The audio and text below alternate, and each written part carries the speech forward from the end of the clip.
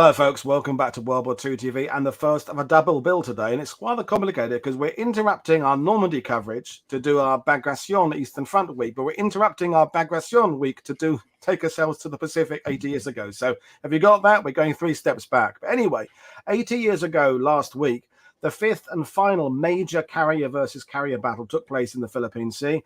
To talk about this great turkey shoot is Seth from the Unauthorized History of the Pacific War, a collaboration many of you have asked for. Well, it's finally here. I've got one half the team. So I'll bring him in now. Good morning where you are. How are you today, Seth? I'm doing good. How about you, Paul? I'm good. So, 80 years ago last week, this action took place. And, it's one that as a Brit, I know less about because we just don't seem to cover that one. Our kind of big doorsteps in the Pacific are kind of a Pearl Harbor, Midway, and then we kind of maybe Okinawa. But of course, our focus often is on Burma and the Southeast Asia. But for you guys, your side of the Atlantic, this is a really big one, isn't it? So is it one that should get more attention, or does it get plenty of attention? I don't think it gets as much of attention as it probably should, for many reasons, not the least of which is in everybody's mind in 1944, the U.S. Navy's beating everybody they lay their fingers on. And to a point, that's actually 100% correct.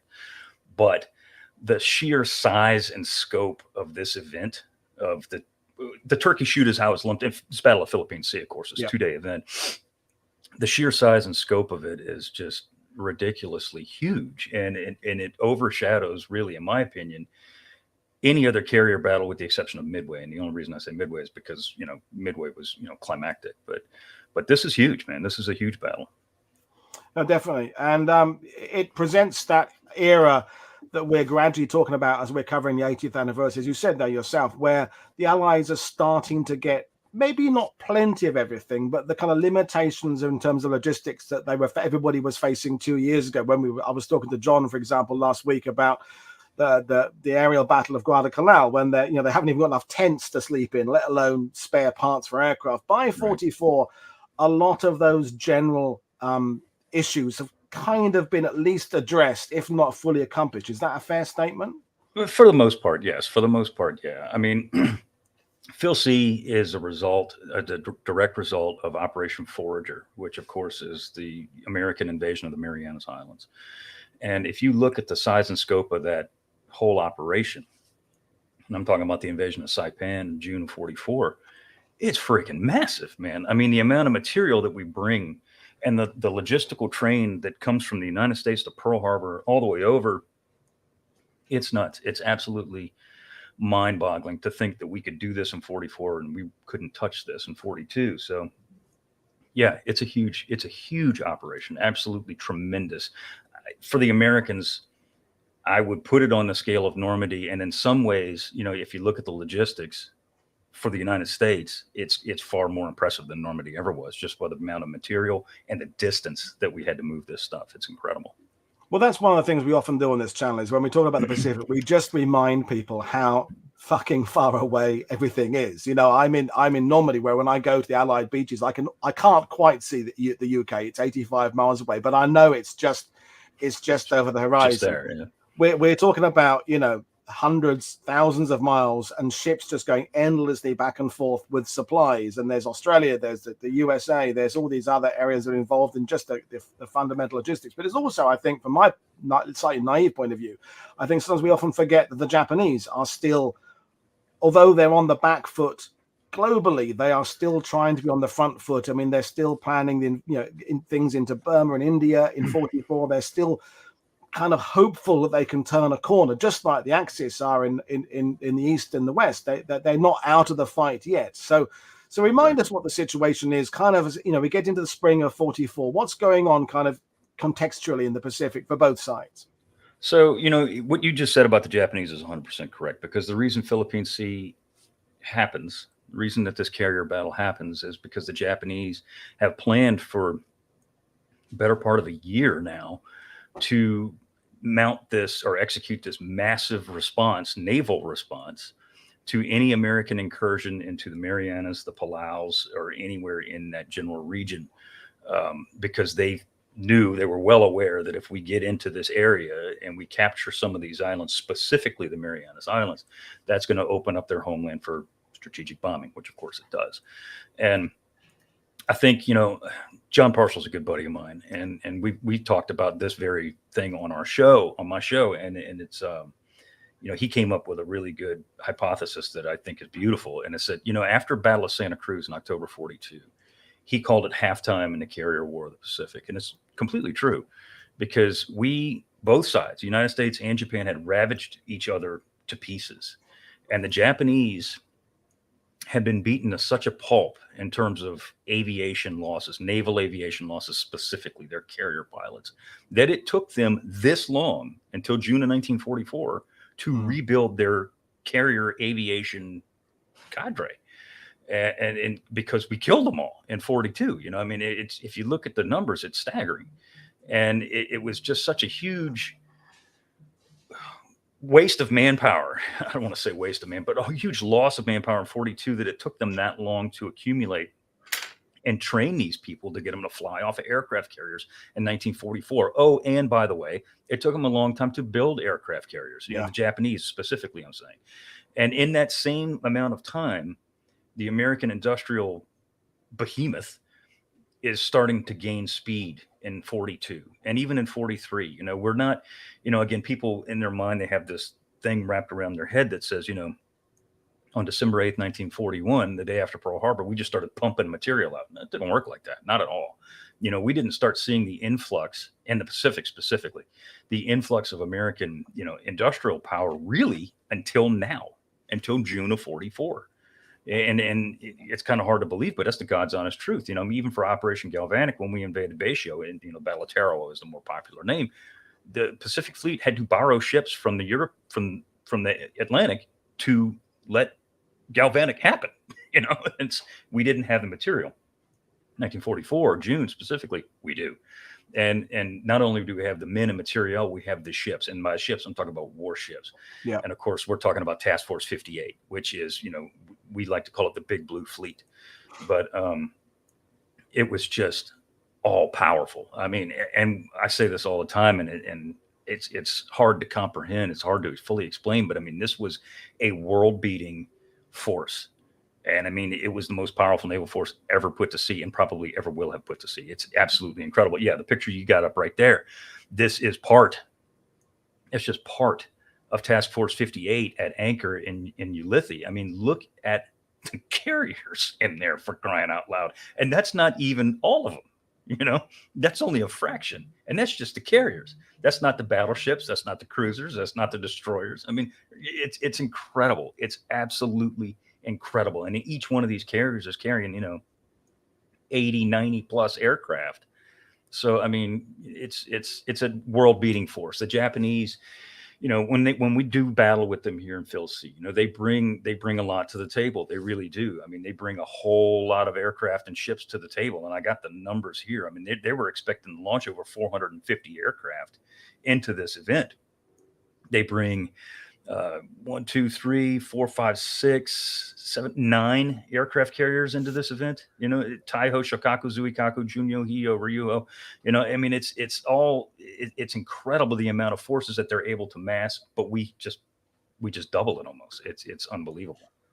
Absolutely, and great. Jimin is reminding us in the sidebar that while this is happening, and concurrently, there's the Normally landings, LST is out there. They're also getting ready for Dragoon in the south of France. So the Allies are able to, you know, multitask, keep all these plates juggling in multiple theaters, and they're giving stuff to Soviets, and they're kind of giving stuff to Chinese, and they've got spares still coming off, in some ways, off the production lines. Yeah, USA hasn't even got anywhere near its peak. I mean, it probably doesn't hit its peak till spring or summer of 45, and then you end up with that surfeit after the war is over that you don't quite know what to do with. But the Japanese, though, it's kind of getting towards the last chance saloon, though, isn't it? From their point of view, you kind of hinted that yourself, and they've also, we'll get into leadership. I want to talk about the leadership because this is our first real foray into 44 with the Japanese and what they're doing. And in the earlier campaigns, of course, Yamamoto looms large, and now he's gone. I mean, he's out of the picture now, and he's been replaced, if I'm correct, he's been replaced twice by the time we get to this with Admiral. So where are the Japanese in terms of their leadership, and who are they, and how do they sort of rate in the pantheon of great IGN leaders?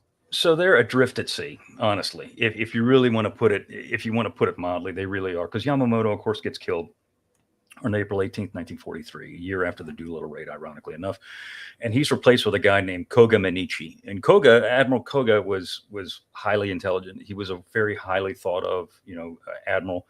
He was sharp. Yamamoto was a gambler. Koga was a little more conservative, but Koga was just as sharp. He was just as aggressive.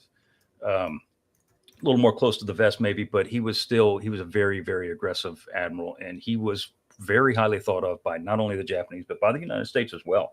We knew who he was, and it wasn't lost on us that this guy was a bad dude. And of course, he is also killed, and he's not shot down. He goes down in a plane crash. He's leaving Palau to get to the Philippines after one of our carrier raids in 44. And his plane gets lost and it goes down and he dies. He's killed. And then he is replaced by a gentleman named Admiral Toyota Soemo. Toyota is he's of the four IJN commanders, big time commanders during World War II, he's the least well thought of. He's a little more timid. He's also one of those guys that leads from afar. He leads from a desk in Tokyo. He doesn't mix with the people very well. He's not a very well thought of guy. So their whole plan, and I guess I should address this, is that, if the United States was to make an incursion into the Marianas, Palau, or anywhere near, Hollandia or places like that, Biak, where MacArthur made his operations, the Japanese would respond with this plan that Koga had authored called the Z plan, Z as in Zed, zebra. The Z plan was actually a scripted response for the Imperial Japanese Navy to launch a massive counteroffensive against any American incursion in any one of those three areas at any time in 1944. And they figured, so the Japanese hung everything on what they call Kantaikessen, this whole decisive battle that they had been chasing literally since June 4th, 1942. And what they failed to realize is that decisive battle wasn't a battle, it was a campaign. It was called Guadalcanal, and they didn't even realize that was the case. But they're still chasing this unicorn that they're never going to catch because it's already caught them. But in their minds, and I'm not making light of this, it's God's honest truth, in their minds, they feel that if they can press one more major naval action where they can not necessarily sink everything that the United States has, but at the very least disable quite a bit of it, and thereby stop or halt or defeat a massive naval nautical invasion, then like the Marianas, which of course is what happens, that they can possibly reverse the tide of war and bring us to the negotiating table. And that's what they've been chasing since 42. And it happens again at Leyte Gulf. But I mean, it's something that they're chasing after. And this Z plan that was authored by Koga, that's executed by Toyota, is what leads us to the Battle of Philippine Sea in June 19th, 20th, 1944. Okay, thanks. Great introduction to that. And so a little bit about the Japanese leaders. On the American side, we have some of the major players, but I know there's a couple of people we want to talk about who perhaps aren't in the major players. But I want to kind of name drop that my partner Mag took Ray Spruance's nephew, I thought, great nephew, on a tour 2 weeks ago. So there was a Spruance in Normandy recently. So that, but Spruance is the kind of the name we think of, but he's not the only one. Obviously, Nimitz is, you can't have anything happening without Nimitz having his opinion and influence there. But who are the main players on the American side? So, I mean, Spruance is the head banana, right? So he's the man in charge. He is the man in charge of the Fifth Fleet. He is the boss. Underneath him is his carrier commander, who is a guy named Mark Mitcher. Mitcher is this little diminutive admiral. He's a little kind of wrinkly guy. There he is. That's him right there. There's Mark right there. And he is, in my opinion, the finest carrier commander that the United States puts to sea in World War II. In early 42, he takes his lumps. He was captain of the USS Hornet, CV-8 at Midway. He flat out lies and fabricates his after-action reports after the Battle of Midway. And of course, Admiral Nimitz knows this and winds up shelving Mitcher for a good deal of the time. And it's Admiral William Halsey that pulls Mitcher out of the closet and brings him up to the forefront again in 43, and he makes him Commander Air Solomons. And after the relief of Baldy Now, who was the first fast carrier task force commander, Mitcher is next in line. And Spruance was less than enthused to get Mitcher because he knew that Mitcher was, would have been loose with the truth in the past. And I think there may have been some trust issues there in the early part of their relationship. But Mitcher proves himself to be, without a doubt, our finest carrier commander. And he's the antithesis of Ray Spruance. Ray Spruance is very cautious. He's highly intelligent, a borderline genius, but he's very cautious. He thinks everything out all the time. And Mitcher is a lot like William Halsey. He's going to want to punch you in the mouth. And as soon as he sees you, he wants to kick you right in the face.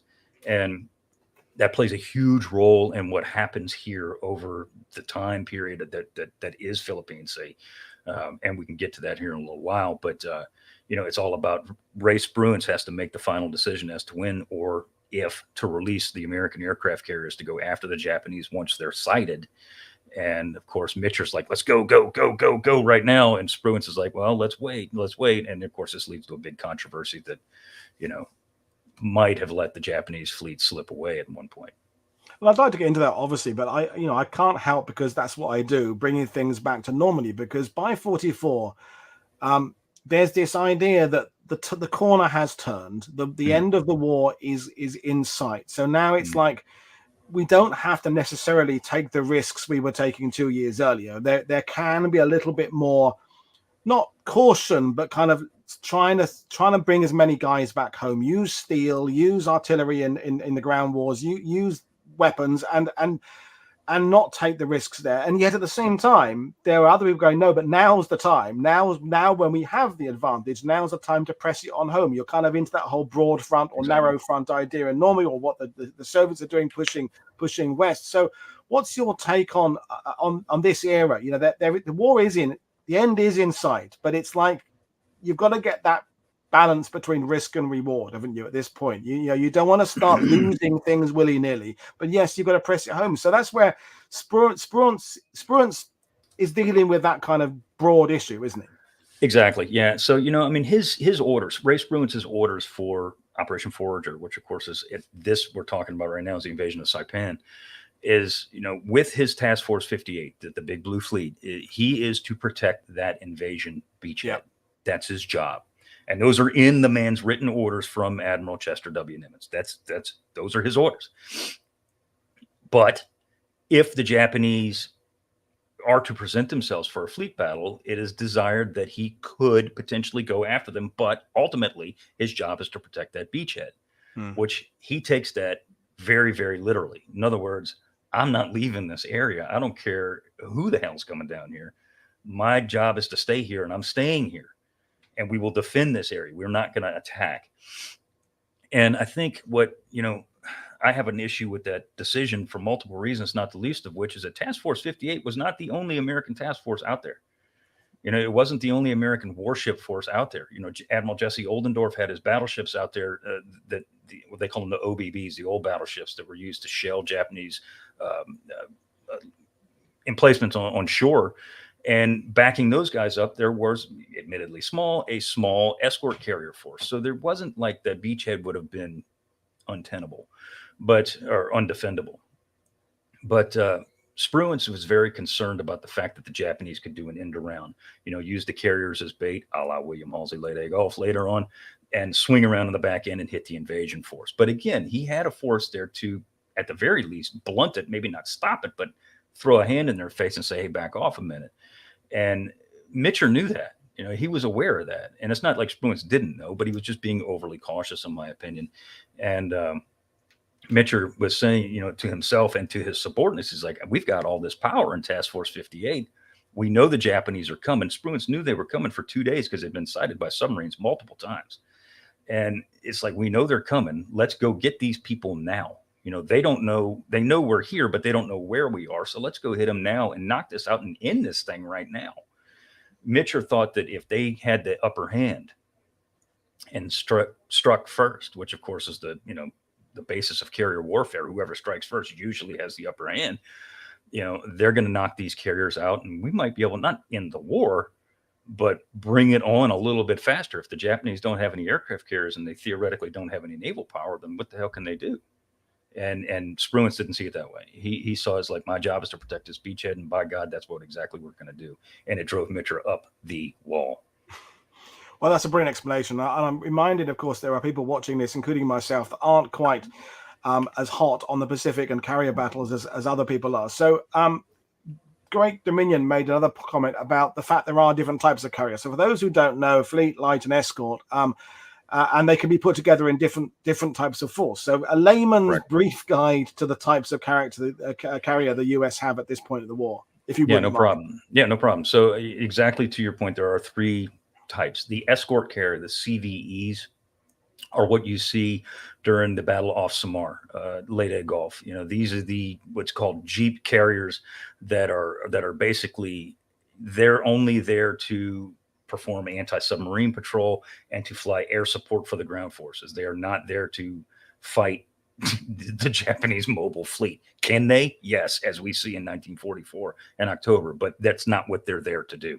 And then there's the CVLs, the light carriers. These are generally the Independence class aircraft carriers. They were built on Cleveland class light cruiser hulls.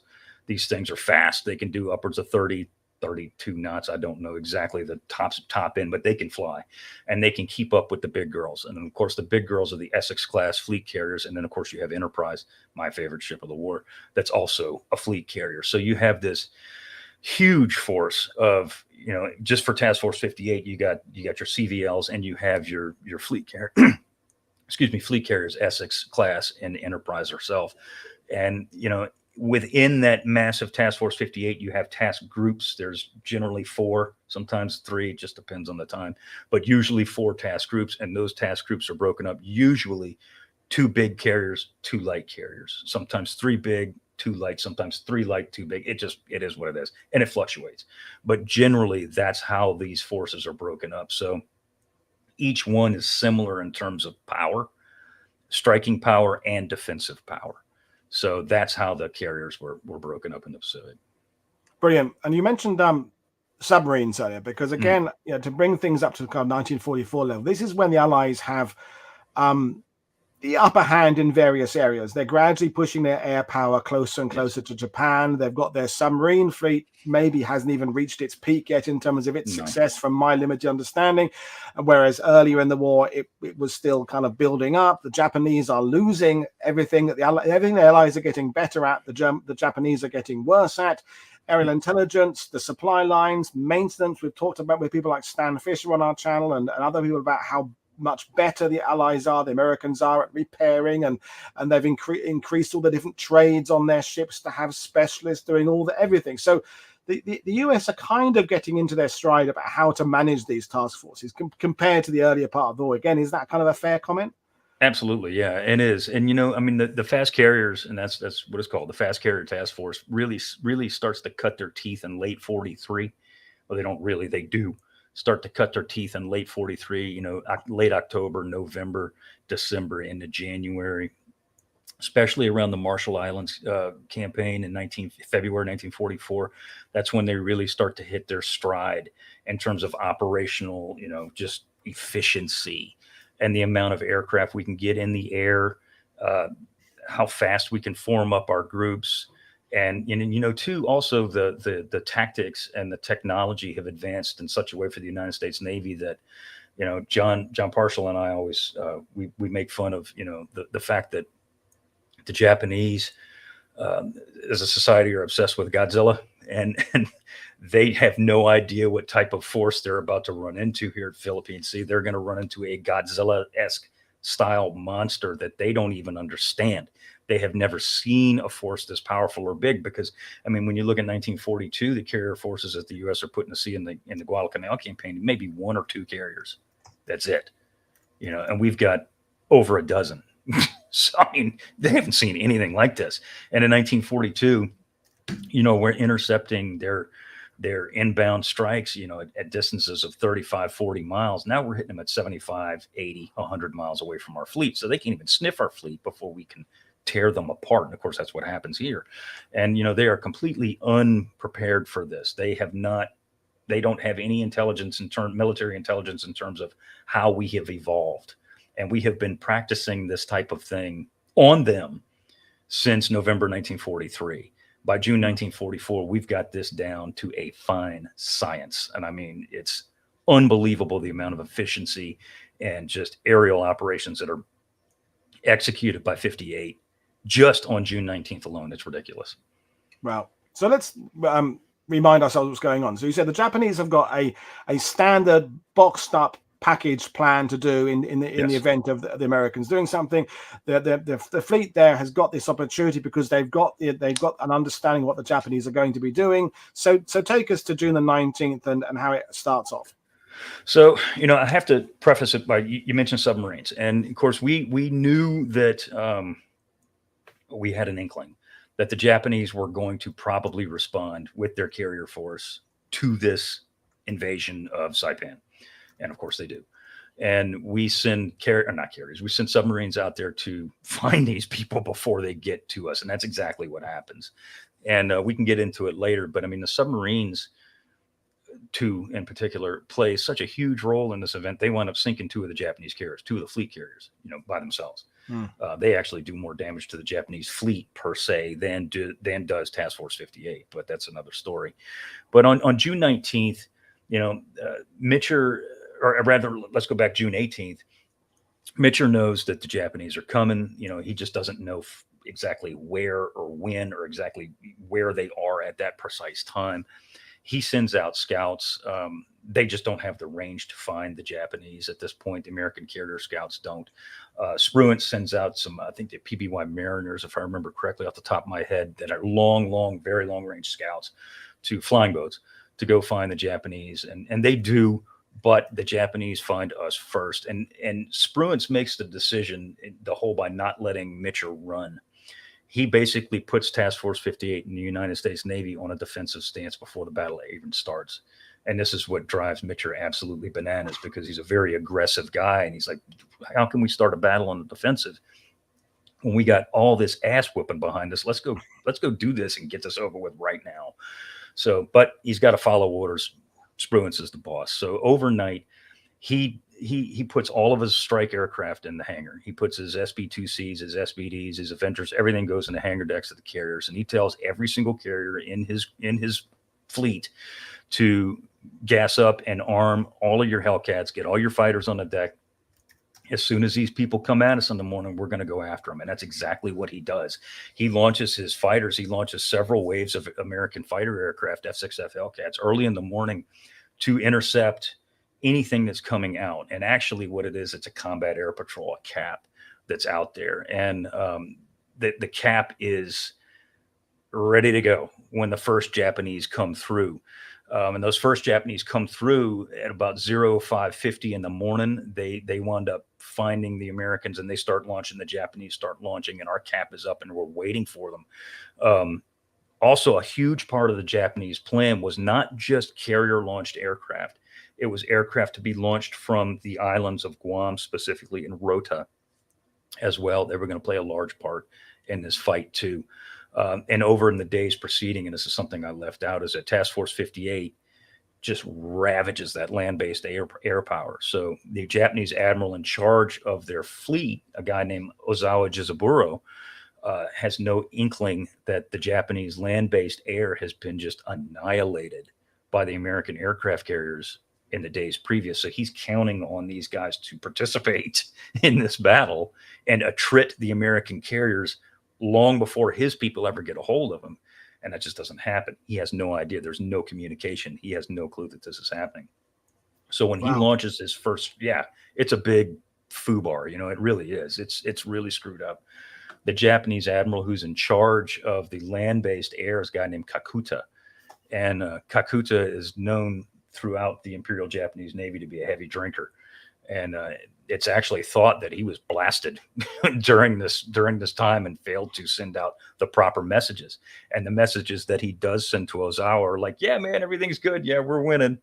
And it's like, no, dude, you're not. You just lost a couple hundred aircraft inside of 2 hours. You most certainly are not winning.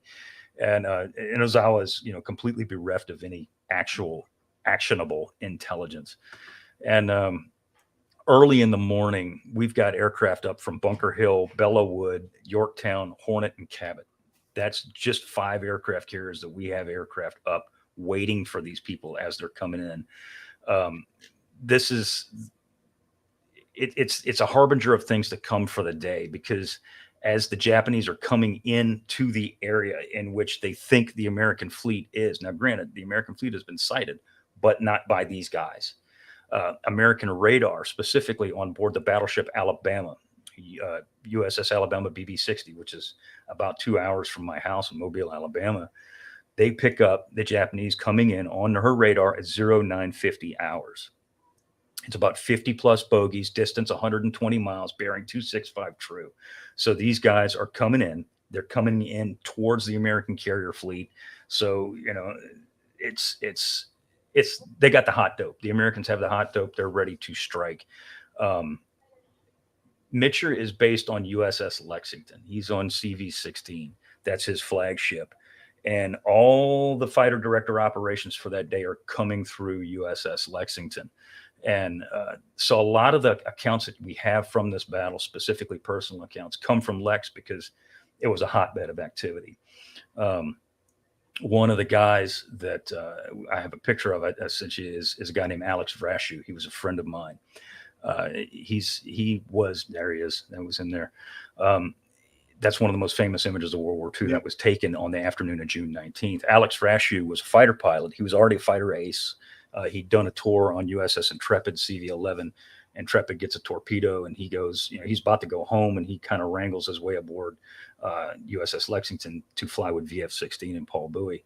He told me, he says, you know, we all knew that we were going to be in for a heavy day the following day. So, you know, nobody really slept.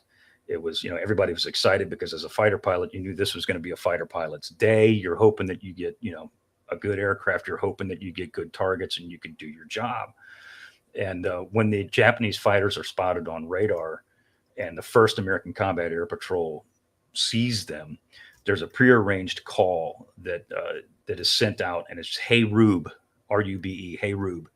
And as soon as that call goes out and it's heard aboard Lexington, pandemonium breaks out. GQ sounds. Everybody's running around. Guys flying literally up the stairs to go up to the flight deck. Alex told me, he says, you didn't look for your airplane. He says, if there was a Hellcat running, you just jumped in and you went, because they're coming. We know they're coming. So let's go hit them. And they're trying to get out there as, you know, you're trying to intercept the Japanese as far away from the American fleet as possible, because inevitably some are going to break through and you don't want those guys to do any damage. So the faster you get out there, the faster you can hit them, the better off you're going to be. And something that Mark Mitcher did that goes unnoticed by a lot of people, but it's really fascinating. And the night before, he knows roughly where the Japanese are going to come from. What he does is he detaches Willis Lee, Ching Lee's battleships, his battle line, all of them, and puts them out northwest of Task Force 58, theoretically to intercept any Japanese aircraft that come over, because these battleships are festooned with anti-aircraft artillery. So Mitcher knows that God help those Japanese if they come anywhere near the battle line, because they're going to get shredded, which, as we see later, is exactly what happens. So, you know, June 19th is a beautiful day. It's, you know, got broken clouds, but the visibility, you know, is virtually unlimited. It's so clear that all they have to do, Lexington's fighter director says that the sky was so clear that all they have to do is basically just say, go over here, and you're going to see the Japanese. The sky was as clear as it was, and sure enough, it is. Hellcats from USS Essex, VF-15 specifically, are the first guys that find the Japanese. They were known as the Fighting Aces. VF-15 led by a guy named Commander Charles Brewer. They go in and just slash through this first Japanese raid, which history is called Raid 1. Japanese launched 4 raids against American carriers, 1, 2, 3, and 4.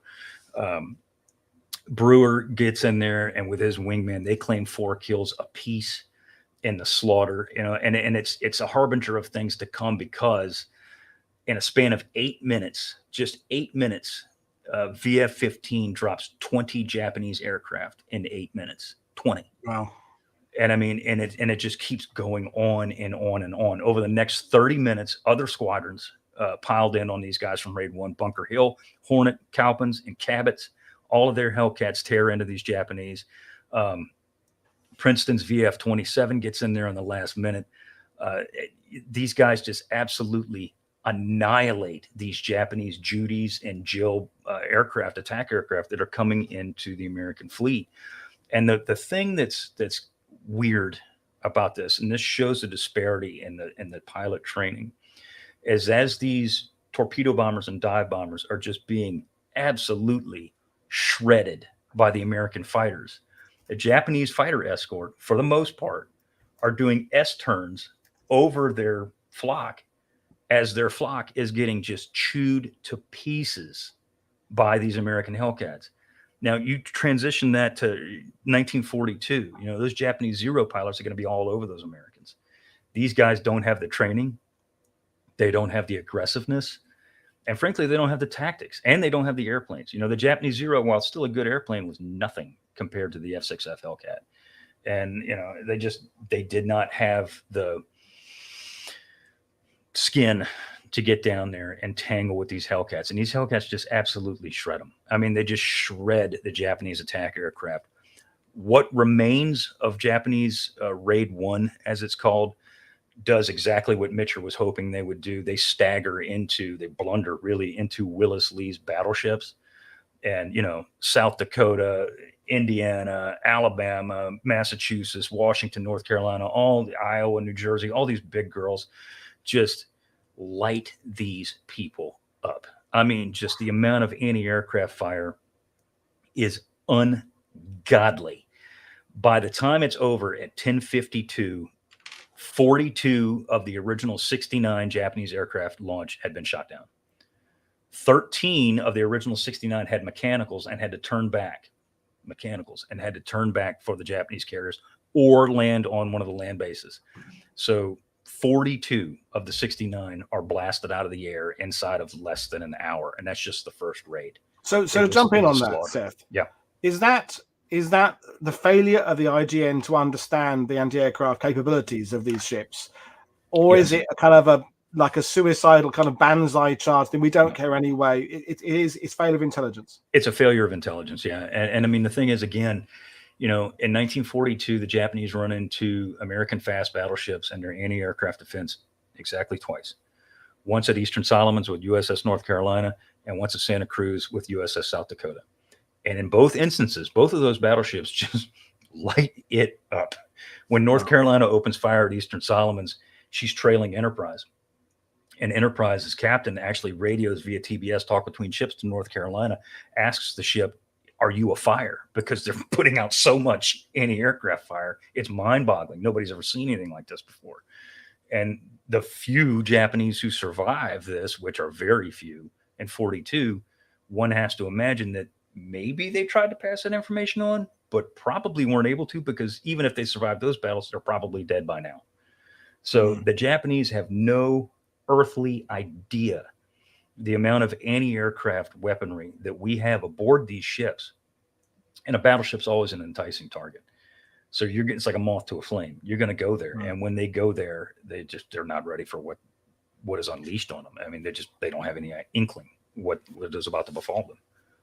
A brilliant response. And that kind of segues to a question we've had earlier from Terry about Nagumo, because again, when I'm talking about Normandy and the Germans often talk about the fact that some of the German tactics are stuck in 41, 42, but now it's 44, it's 45.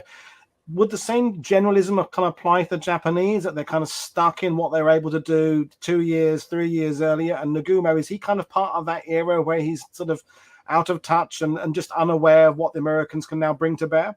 So after the Battle of after the campaign of Guadalcanal, Nagumo is shelved because he loses at Midway. He technically loses at Santa Cruz. He technically loses at Eastern Solomons, although I say Santa Cruz was a Japanese victory. Regardless of this, it doesn't matter. He doesn't win hard enough, and he's shelved. Like he's the victor of Pearl Harbor is shelved, and he's put in the yard literally.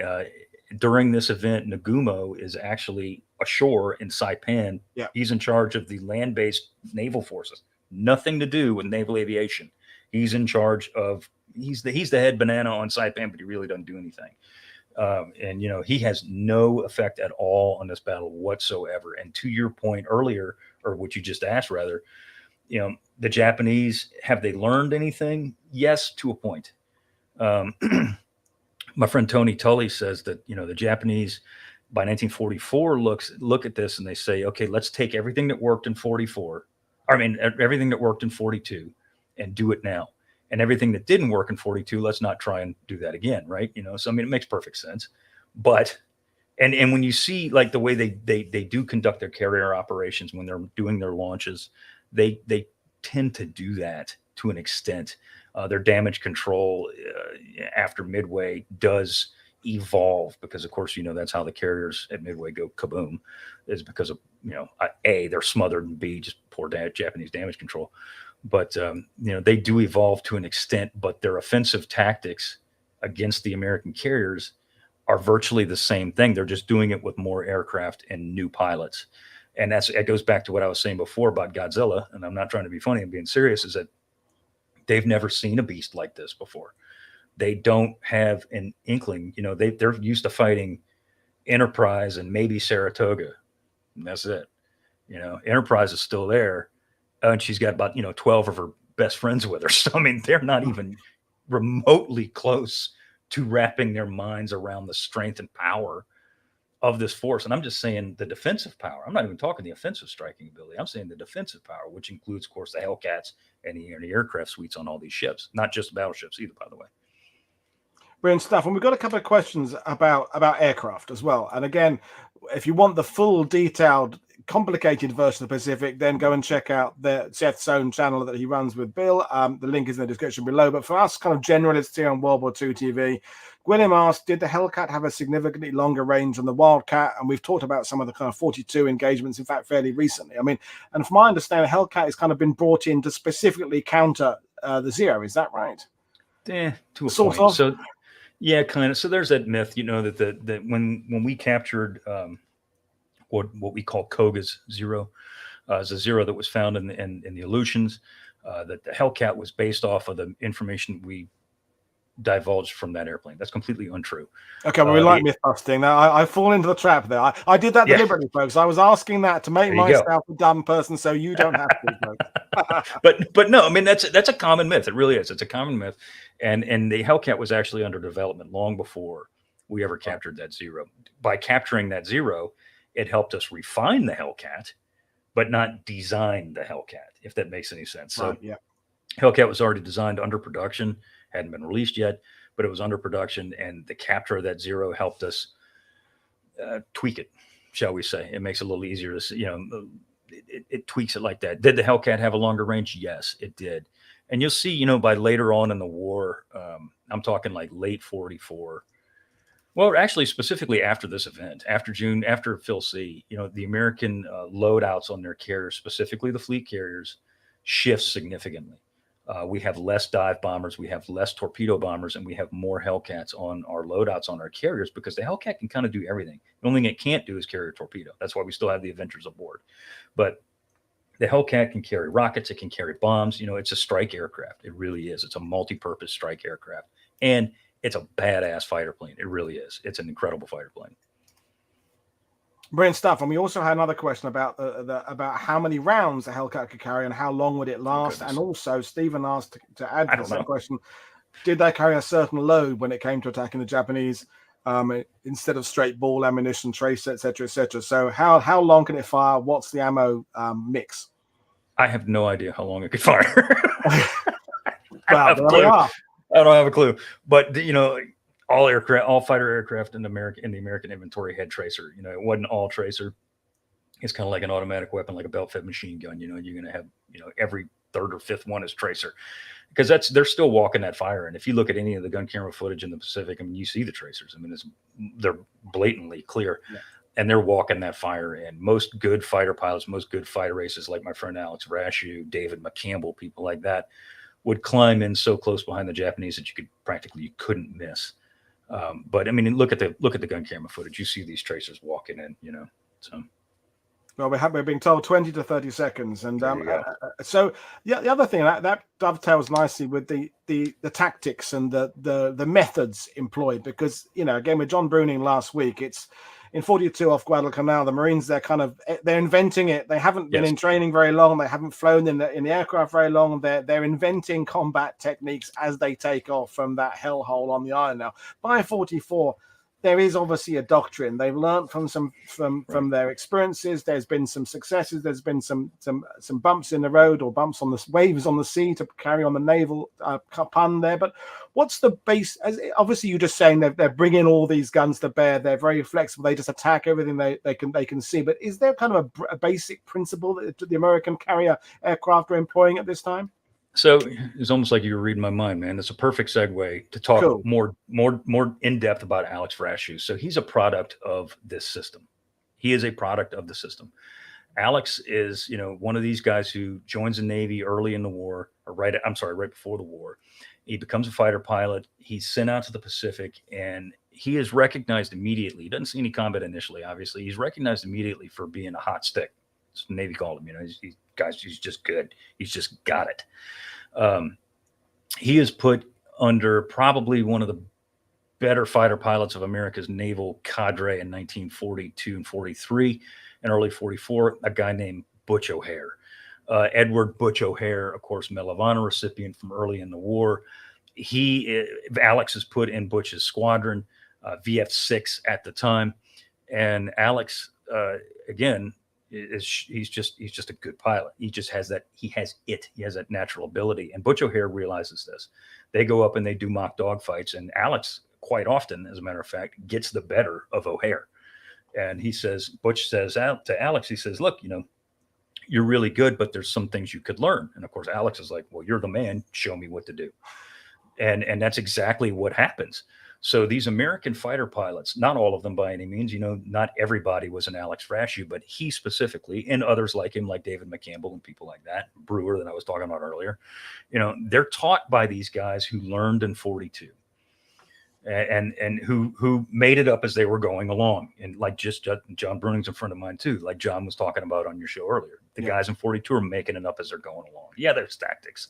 But I mean, the Thatch weave invented by Jimmy Thatch was made up to counter the zero because we didn't know what the hell to do, in 42. So, I mean, it's stuff like that. But now the guys in 44 and June 44 for the American side are these, for the most part, combat veteran led, combat experienced pilots.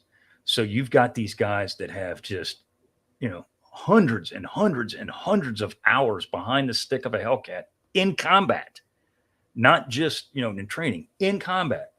Again, they're going against these Japanese who maybe have 100, 200 hours total in type, maybe, and I mean the class in terms of experience and ability, it's immeasurable. You can't even counter it because you've got guys on the American side that were trained by the best of the best, and now they're better than the guys that were training them. And the irony is, Seth, is that's the exact parallel in the ETO with the British and the Canadians against the Luftwaffe. The skills learnt against the cream of the Luftwaffe in 40-41 are then adopted by the British and the Allies against the Luftwaffe. But by the time they engaged them in 44, the Germans they were fighting, they're mostly dead. They're mostly no longer there. So you're now taking superior tactics against an inferior force. So it's kind of ironic, really, that it's so the parallels are so clear between the two theaters. Well, yeah, no doubt. And I mean, both sides, both theaters, there were wars of attrition. Yeah. And, that was the one thing the Japanese never wanted to get into with the United States was an attritional warfare, because they knew even in 41, they're like, we could never, let me rephrase it. The guys with it up here, like Yamamoto, were like, we can never keep pace with these people. That's why they were always looking for that contact test and that decisive battle, of which they think that Phil C is going to be. And in a way, it is. Okay, brilliant. So let's take us back to the raid one has occurred on 19th. It's been, you've explained how that unfolded. What next? And is this where kind of Spruance is backing off? Is this where you think people should tell us more? No, because the Japanese are coming all day long. Right. They're coming all day long. They think, and again, Ozawa Ozawa Jizaburo, Japanese admiral on board Taiho, the carrier Taiho, he has no inkling that this is going pear-shaped. He thinks they're doing well, because part of the plan is that the Japanese aircraft, if they had to, they could land on Guam or Rota or whatever, refuel, rearm, hit the Americans again, and come back to the carriers. So when none of these airplanes show back up, he's like, "Oh, okay, that's part of the plan." Like, he doesn't know, because there's no communication, or very little. So he launches a second strike. Ozawa does. He launches because it's a conveyor belt. He wants to hit Task Force 58 and drive it into to the ocean's bottom. And for all he knows, that's exactly what's happening. So he sends a second strike off. It's I got the numbers right here. It's mostly Jills and Judys. 27 Jills, 53 Judys.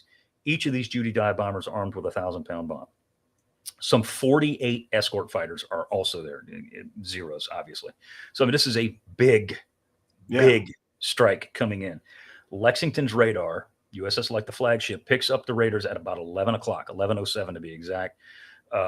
The inbound strike, due to aborts and mechanicals, had been reduced to 109 aircraft, but still, that's a lot of damn airplanes coming in. That's 109 birds.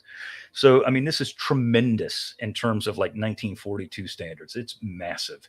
So again, we've got combat air patrol. One of these combat air patrol that are aloft is my friend Alex Brashew. He's with VF-16. He gets in a bird and launches from Lex. And as soon as he gets airborne, he realizes I've got a wounded duck here. This plane is not performing what it needs to do. It's just not doing what it needs to do. But he's like, I'm not going to go back to the carrier because the Japanese are inbound. I've got to get up there and do my thing, bad engine or not. So he calls, his squadron's pulling away and he's being left behind because his airplane can't keep up. And he's got a wingman with him, and he calls Lexington's fighter director and he says, "Hey, look, this is my situation. I got a bad bird. I got a sick bird. I can't keep up. Send me somewhere. I want to go do something, and I'm not coming back home until I do something." And I'm obviously paraphrasing. He gets a Vector 250, climb to Angels 25 pronto, is what the words exactly are that are told to him by Lexington's FDO. He slams the throttle forward on this Hellcat, and the thing's like sputtering and coughing and wheezing to get up to altitude. Finally gets up there, and when he gets up there, he looks around, and there's nothing there. It's nothing but empty sky. He gets up there, and he's like, "Damn it!" I remember him telling me, he says, "I was really disappointed because I was expecting to see this gaggle of Japanese aircraft, and there's absolutely nothing there." So he starts floating along up there, and he calls back to Lex and he says, "There's nothing here. Give me another Vector." So the FDO says 265 bogey 75 miles away. And I remember Alex saying, he told me, he says, "I don't know why." He says, "But there was something in the guy's voice that made me feel like this was going to be a hot take." So he goes over there, reaches the point of interception, and he looks down and he only sees 3 enemy aircraft. And he's like, "Well, that's far from a hot take, but I'll take what I can get." He looks around, he starts like kind of looking around, just scanning the sky, and just below him, about 2,000 feet below him, is a gaggle of about 50 Japanese aircraft. 50 Japanese aircraft. At this point, they're about 40 miles away from Task Force 58. These guys have kind of slipped the noose, if you will. Mm-hmm. They've kind of just slipped by the other combat air patrol. So Vrashu doesn't hesitate. Like all good fighter pilots, he doesn't hesitate. He just goes down in there and just starts shooting these people down one by one by one by one. He was Butch O'Hare told him that, he remarked that Alex was an incredibly good marksman. And, like any good fighter pilot, he's not going to sit there and hose it down like one of the commenters said, our 20 or 30-second stream. Any fighter pilot who does that, holds it down for 20 seconds, probably doesn't deserve to be in that cockpit. He's squeezing off, 6, 8, 10-round bursts. He's aiming for the wing roots on the Japanese aircraft. That's where their fuel tanks were. And sure enough, he's squeezing off a burst, bam, airplane goes down. Squeezing off another burst, bam, airplane goes down. And the entire time, his airplane's coughing, sputtering, spitting oil on his windscreen, the whole time. And he's just splashing these guys left and right. He's chasing them, and as he's chasing them now, these Japanese aircraft are in what we call our kill zone. This is this is the American Task Force 58 anti-aircraft artillery bubble. And most fighter pilots are going to say, I'm not going to get shot down by my own people. I'm getting out of here. Goodbye. Hey, Alex doesn't do that. He sticks with them, stays with these Japanese all the way in. He drops 2 more Judies. The final one is his 6th one of the day. All this goes down in a span of maybe 5 minutes. He shoots down 6 Japanese aircraft in 5 minutes, wipes out an entire formation, save 1 Judy. This one last Judy, as it's coming into the American fleet, it gets shot down by the fleet's AAA. So it poses no threat. At that time, Alex was the Navy's top gun. He had 12 kills when he took off from Lexington. When he landed, he had 18. And the story behind that picture, that is Alex Rashew, when he lands on Lexington, again, this is Mitcher's flagship. And Mitcher was absolutely adored by his pilots because Mitcher was a pilot himself, and Mitcher related to these guys. He loved these guys. They loved him. So Mitcher's aware that, the defecation's hitting the ventilation out there and in the sky. So he's standing on the flag bridge of Lex, and he's watching his pilots come in. That's what he does because he's a cool dude. And Alex, boom, he traps on Lex, and he looks up to the flag bridge, and he sees Mitcher standing there looking right at him because he's the first, not the first, but he's one of the only Hellcats to land at this time. And he does this. He flashes 6 fingers, and Mitcher does this like, what the hell are you talking about? They're talking to each other via their hands, and he does it again. He says 6. And apparently it registered in Mitcher's mind. It's like, oh, wait, I think he just meant that he shot down 6 aircraft. So Mitcher makes his way down. Alex taxis his airplane. The plane handlers get it. He shuts it down. They push it up. They get out. He's immediately got to fill out a form when he gets off. That's like the first thing he does. And he's writing down his 6 kills right there. He's making claim immediately. And there's a Life magazine photographer, I think he's Life magazine, aboard the ship. And he's just taking pictures of things as they're going down. That's why we have a lot of photographs from Lex at Phil C, because there was a photographer there to do that very thing. And he hears Rashew talking, and he says, how many did you shoot down? And Alex is in the middle of writing his form. And if you look in the picture, you see that white looking thing at the bottom and left hand. That's the form. And he just looks at him. He holds his fingers up like this, bam, and he snaps the picture. And of course, that's one of the most famous images of the war. Well, Mitcher comes down. The next picture, I think in the cycle here, Mitcher comes down and he says, what happened? And Rashew says, well, I got 6 of them. And the conversation goes back and forth. And Mitcher says, hey, you know what? And he tells the photographer, he says, I want to this is actually the second version of this picture, but he says, hey, I want to take a picture with you. And he says, okay. Alex says, okay. So he shakes his hand, and Mitcher takes a picture with Rashew. And Alex says, well, thank you, Admiral. I'll treasure this for all the rest of my life. And Mitcher says, no, this is for me.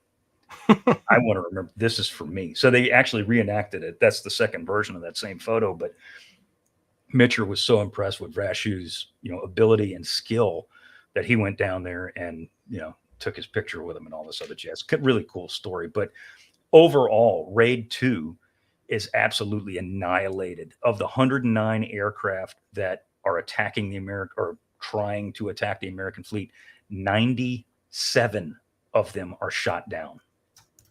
97 of 109 are shot down in Raid 2. I mean, it's an absolute annihilation. Yeah, that picture right there, that's aboard Lexington again. That's them after the battle, the day after the battle, June 20th, as a matter of fact, paint and kill flags on Lex's scoreboard right there. So again, I'm going to say that again, 97 out of 109. Wow. So and that's just the second grade. Just in terms of losses, because we had a comment from a viewer there about overclaiming, who's, we've talked about the Battle of Britain a lot, and you mentioned gun camera footage earlier on. So how was the overclaiming here with such bad Japanese pilots on, both sides, Japanese against American, although that doesn't really apply in this situation, but American against Japanese. Obviously, the camera guns are kind of a smoking gun there, but right. as a historian of this era, is it an issue you run into? Do you have to double check and verify? Absolutely, yeah. Everybody overclaimed. The Japanese overclaimed, the Americans, the Germans, the British, everybody did. Everybody overclaimed. Because in the heat of the moment, a lot of things can go down, and you think you saw that guy go down, or he was smoking, and by God, he went down. Well, that cat actually made it back to his base or made it back to his carrier or whatever the case may be. But in like Rashew's case specifically, no, those guys did go down. Like they were absolutely gunned down. And as far as American aircraft claims from this battle, they're actually somewhat higher than we actually claim, because the Japanese, of course, none of these, or very few of these airplanes, make it back to their carriers. So they're like, where the hell are these guys? Because they got shot down. Yeah. And some of them do go to their islands and they get shot down there. So, or over the island, or once they land, or whatever the case may be. So, I mean, it's just, it's an absolute slaughterhouse in terms of this particular battle, that the American claims are actually lower than the actual losses by the Japanese. So yeah, it's one of those, it's a very rare occurrence that happens. Yeah, it goes the other way. Yeah, exactly. But this is one of those times that it actually does happen. So given that we're at an hour, and we've already talked, Seth and I, about the fact that we're going to break this down into a second part, because Seth's got so much to talk about, and you're obviously enjoying what he's saying, and I'm enjoying what he's saying. So maybe we will kind of wrap up the 19th and do the 20th at some other point there. But you mentioned you were going to talk about the submarines around, because that's, it's got this label of the Turkey Shoot, the aerial battle. But of course, as we said earlier, that's the only part of this. There's this is part of a larger campaign, and there's the submarine element. So do you want to kind of remind us what they're up to at the same time? Yeah, and before I do that, I want to wrap up, because there's two more raids. There's two more Japanese raids. Yeah. Raid 3 and Raid 4. I got the number here. Raid 3, 47 aircraft that they launch. They're intercepted by 40 Hellcats. 7 are shot down. The rest break for home, and they're wound up getting shot down over Guam. Raid 4 that comes in, it's 49 Japanese aircraft are launched. 30 of them are destroyed. So I mean, it is a slaughter. It is an aerial slaughter. But to your point, the submarines. So the subs had been tracking the Japanese, multiple submarines, by the way, had been tracking the Japanese for days. This is how Spruance and Mitchell know that the Japanese are, are inbound eventually. As all this is going down, as the Japanese are launching their raids that are just being chewed up in the meat grinder that is the F-6F Hellcats of Task Force 58, their carrier force comes under attack from 2 submarines specifically. One is USS Albacore SS-218. He had cited, Commander Blanchard is the guy's name. He is the captain of Albacore. He had actually cited Ozawa's carrier force at 0815 that morning. He'd been trying to catch up to them because, again, submerged, American submarines do about 8 knots downhill with a wind. I mean, they're not going very fast, but they do wind up catching up with them. At 0804, he's too far away to launch an attack. I'm sorry, at 0904, he's 5,300 yards away from the carrier and 1,950 yards away from his target track. In other words, he is closing. He's making a slow close, but he's closing on the target. He fires his torpedoes. Commander Blanchard in USS Albacore fires his torpedoes at the Japanese brand spanking new aircraft carrier Taiho. This is Admiral Ozawa's flagship. Taiho is hit by a couple of torpedoes on her starboard side. They flood the forward elevator well. The explosion does actually little physical damage to Taiho, but what it does do is it ruptures avgas lines within the ship. And Japanese damage control has evolved since Midway, but it is, again, nowhere near the level of American or British damage control, for that matter, not even in the same stratosphere, not even on the same planet. And long story short, these avgas, and this is all while Ozawa's launching, by the way, that this goes down. And these avgas leaks cause these avgas fumes to build, and later on in the evening, kaboom. Something ignites some of these avgas fumes, and this thing goes up like a freaking bomb. It's the newest carrier in the Japanese fleet. She goes dead in the water, like, as John Parshall says, like right now. She sinks at 16:28 on the 19th. Casualties are about 650 men ish, give or take.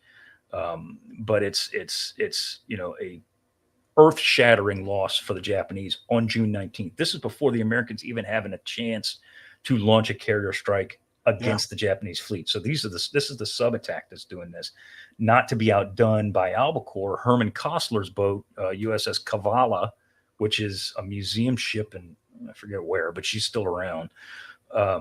he makes an attack on the Japanese carrier Shokaku, which is one of two surviving Japanese aircraft carriers from the Pearl Harbor raid.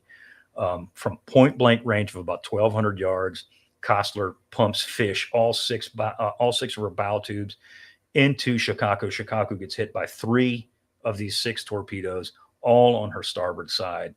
It just absolutely eviscerates this Japanese aircraft carrier. It just blows her to pieces. All power's lost. She's on fire. The fires are rapidly gaining, power. They're rapidly becoming out of control. And it's a horrible scene. John Parshall goes into an excellent description on our channel about her demise. And it's ghastly. It's absolutely ghastly. She's going down by the head. Her forward elevator is dropped into its well, and it's basically there's a hole in her flight deck from where the elevator was. She's listing by 13:30. She's going down, and what happens is all the survivors of the ship are ordered to the flight deck, and they're on the flight deck, which is generally what happens when an aircraft carrier is going down. Well, this thing starts to go down really fast, and it goes down by the bow.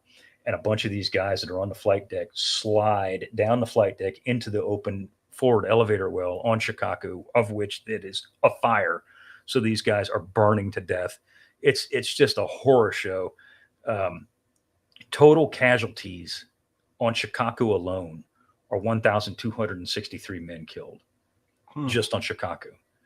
She goes down, obviously. And that's 2 Japanese carriers are sunk on the 19th. By United States Navy submarines before our carriers even launch an attack against them. So the subs play an enormous role. Of course, they do the same thing at Leyte Gulf later on, but they play a huge role here. Absolutely huge role.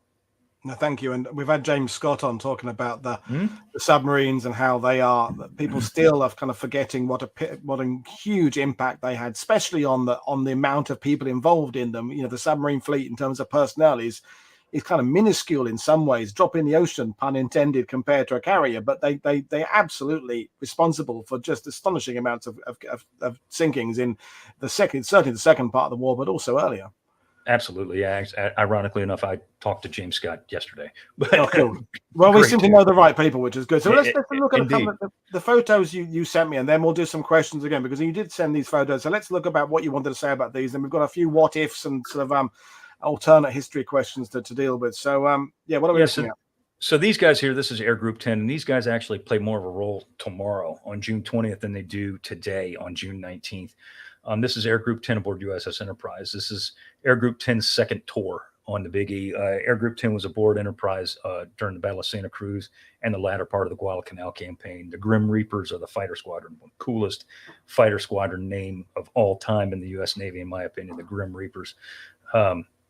But these guys are a perfect example of a 1944 era United States Navy carrier group, air group, because they're a mixture of combat veterans and greenhorns. So, these combat veterans, and I'm not talking about guys at like one combat flight. I'm talking about guys who flew at Guadalcanal or Coral Sea or whatever the case, or Midway, even whatever the case may be. These guys got some serious skin on the wall. They got a lot of hours, and they're teaching the new guys how to kill Japanese ships and planes.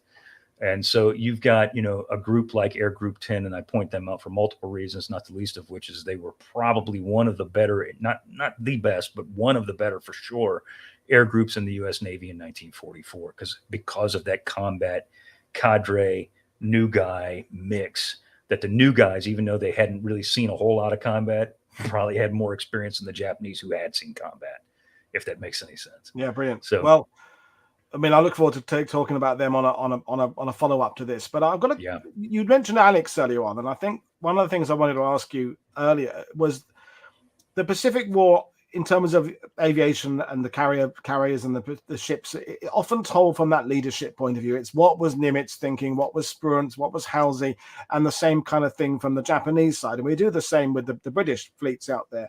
And we were talking before going online about the importance of bringing those stories in from the people who are actually flying the aircraft and on those ships there. So, you interviewed Alex and many other these guys. Were they seeing it as the quicker they can bring this war to an end by being dynamic, by being aggressive? That's there. It's clearly from the way he flew out those that he wants to get this done, because we've said it on this channel before, and I will let you talk, that we kind of benchmark the Pacific by these big battles, and then we kind of say, oh, this happened in May, and then we skip to the next one taking place in August. The next one might not be till November, but we sometimes forget that there are people on board these ships for the months in between these operations with limited amount of, you know, furlough and trips back home. So some of these guys are kind of been shipbound for years, essentially.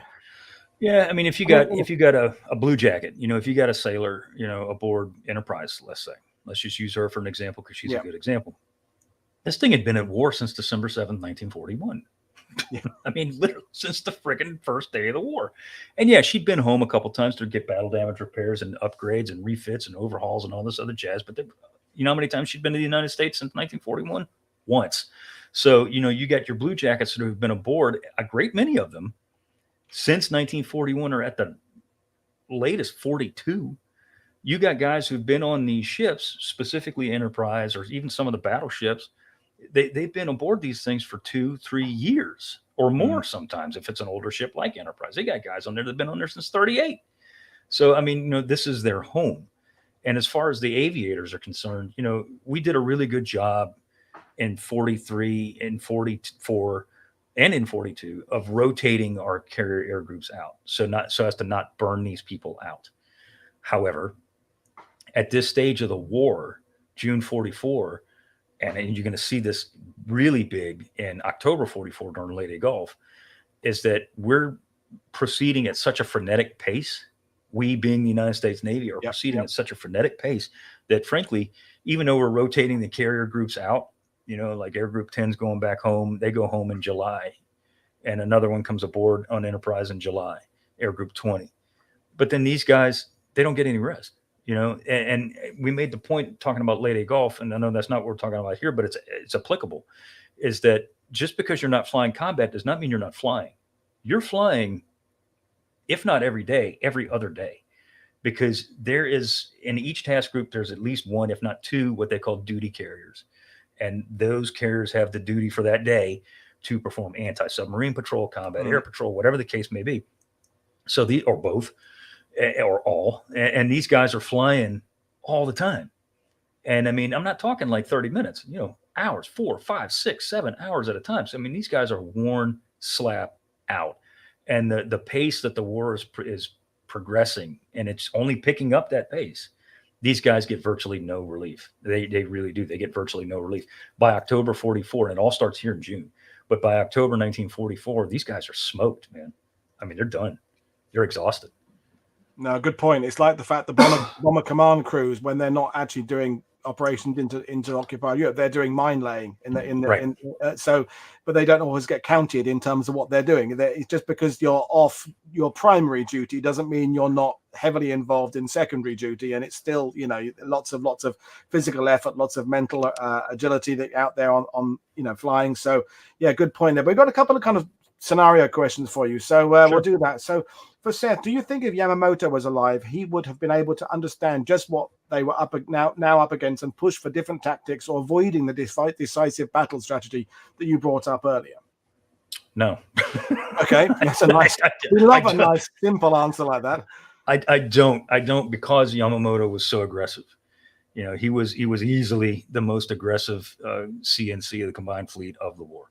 You know, he was a gambler. He was the one that pushed for Midway to be the decisive battle. You know, he's the one that pushed, you know, for Santa Cruz. If you actually look at the Battle of Santa Cruz in October 42, the Japanese put more ships at sea at Santa Cruz than they do at Midway. So he's pushing for that decisive battle. If he knows that the United States is going to bring their carriers out there, and he's got 9 aircraft carriers to his own, you bet your sweet behind he's going to go out there and go fight. Yeah, no doubt. Okay, thank you. This one is kind of touching on what we Leyte Gulf, but you know, it's never, you can't have these questions too often. They're always great. So Robert is asking in capital, so he's shouting, if Nimitz dropped Peleliu operation, instead attacked Iwo Jima in September, October 44, does Seth think the IJM would have opposed it instead of waiting until Leyte? Now, I know that's completely off what we're talking about, but it came in and it's a cool one. Yeah. Yeah, I do. You know, let me rephrase that. So Are they going to attack Iwo Jima? Yeah. No, I go back. Yeah, I think they do because after this, after Philippine Sea, and we haven't even talked about the 20th yet, but after Yeah. the debacle that is the 19th for the Japanese, they essentially have no carrier force left. Yeah. They have ships, and we're going to talk about them on the 20th, and they lose, Yeah. they lose one, and there's damage there and all that jazz. But they essentially have no naval aviation force left. And what little naval aviation force they do have that has any kind of combat experience at all, which is few and far between, are actually chewed up in another battle that a lot of people don't even know about, that we've talked about on our show, is the air battle of Formosa, which actually occurs before. But regardless of that, to answer the question that's asked, if we skip Peleliu, which totally should have done, and attack Iwo Jima, which is what Ray Spruance wanted to do, by the way, and attack Iwo Jima, do the Japanese come out for Iwo?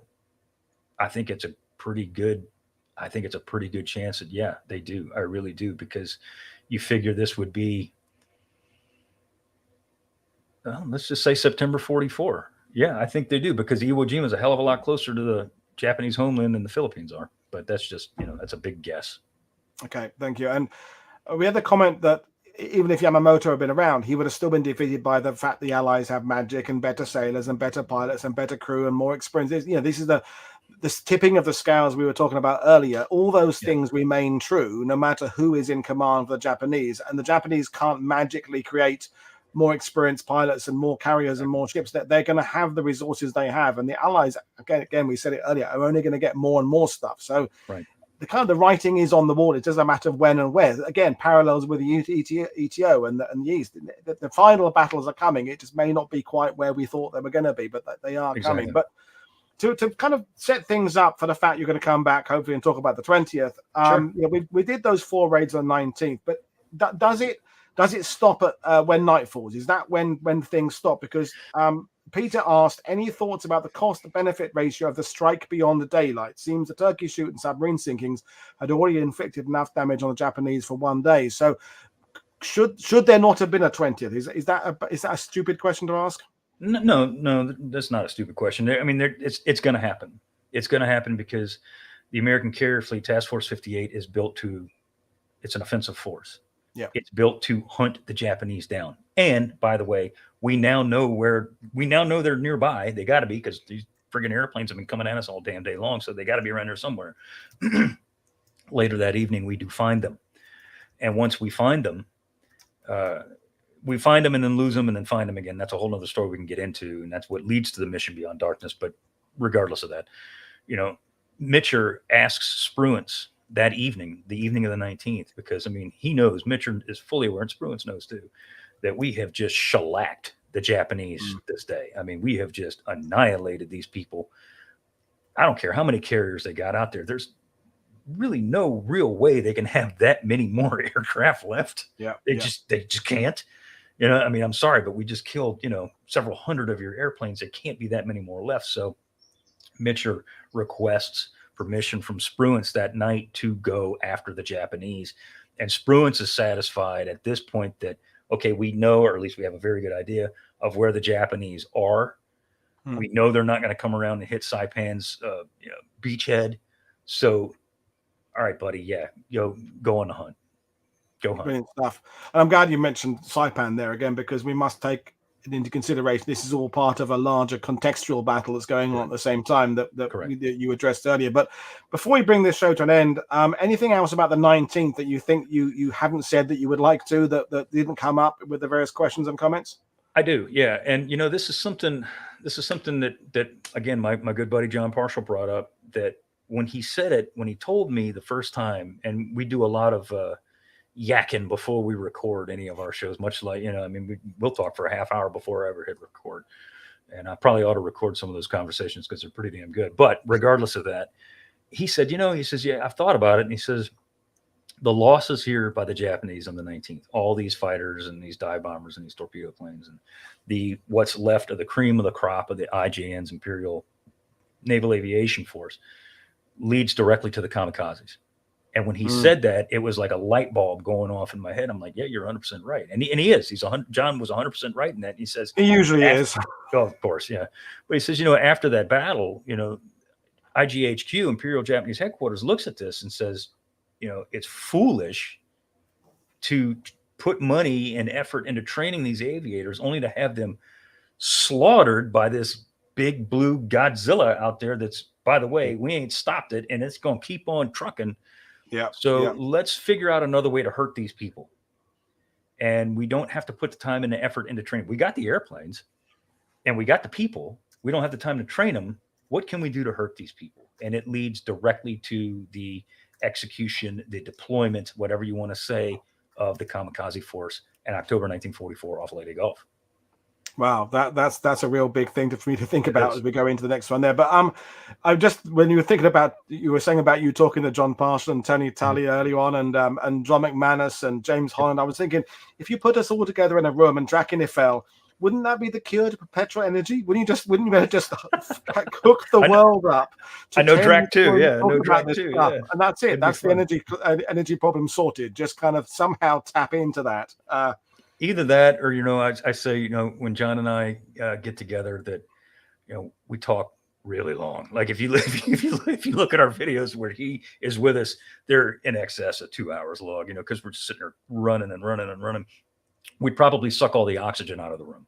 I think if all of us were together in one place at one time, we might actually cause harm to one another because we couldn't shut up. We'd all start talking at one time, but that's not necessarily bad. What a way to go, though! What a way to shuffle off this mortal coil is in a kind of a pitched discussion to the death over a few beers, of course, or an adult beverage of anyone's choice. That would be awesome. Cool. I mean, I was saying on the live stream yesterday when the We Have Ways Fest is coming up next month, and all the historians are going back at what stupid o'clock in the morning on the minibus to the hotel. And there's James Holland and Peter Caddick Adams and me and all these other guys there. The conversations don't stop. Everybody's the lift keeps coming down, the doors keep open. We're all still standing there in the lobby, carrying on. But surely, if at Market Garden, if they don't stop, they just get interrupted until the following morning. Indeed. We had the National World War II Museum, of which for 15 years I was chief historian over there. They have a World War II conference every year. Yeah. And this past December, I was there with my partner, Bill Tody, for the podcast. And we were there with John Parshall, McManus, Trent Hone, Craig Simons. And we're all standing there talking. And it was one of those things where, over, I don't know how long we were there. We were talking about Admiral Nimitz and about his decision to actually side with MacArthur for Operation Forager or before Operation Forager. That's a whole nother, conversation right there. But it was awesome, and it's one of those rare instances where you can get all those guys together in one area and it's just fun. It's just a great time. Yeah, it certainly is, isn't it? And when people say, the naysayers say, but surely there's nothing left to discuss in World War II. Surely everything's been thrashed out. I'm like, no.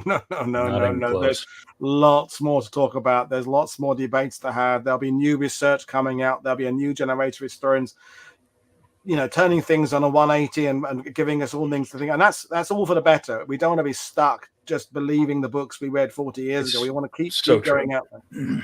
Well, Seth, we'll just go get together and set a time for the part 2, but it's been absolutely fantastic talking to you. And we've got another doozy coming out your way later when Prit Buttar joins us to talk about the destruction of the German army in the center of Operation Bagration. So we're continuing Bagration later on. So I've got an hour and a half to go and have my lunch, or my dinner, sorry. Thanks, everybody, for your fantastic questions. And again, if you haven't already discovered the Seth's channel, go and find it. It's in the links below. And I look forward to bringing you back a second time. So it's been good. Absolutely. Well, glad to be here anytime. Thank you very much. So, folks, I'll see you all later on. Cheers, everybody. Thanks for your great questions. Bye.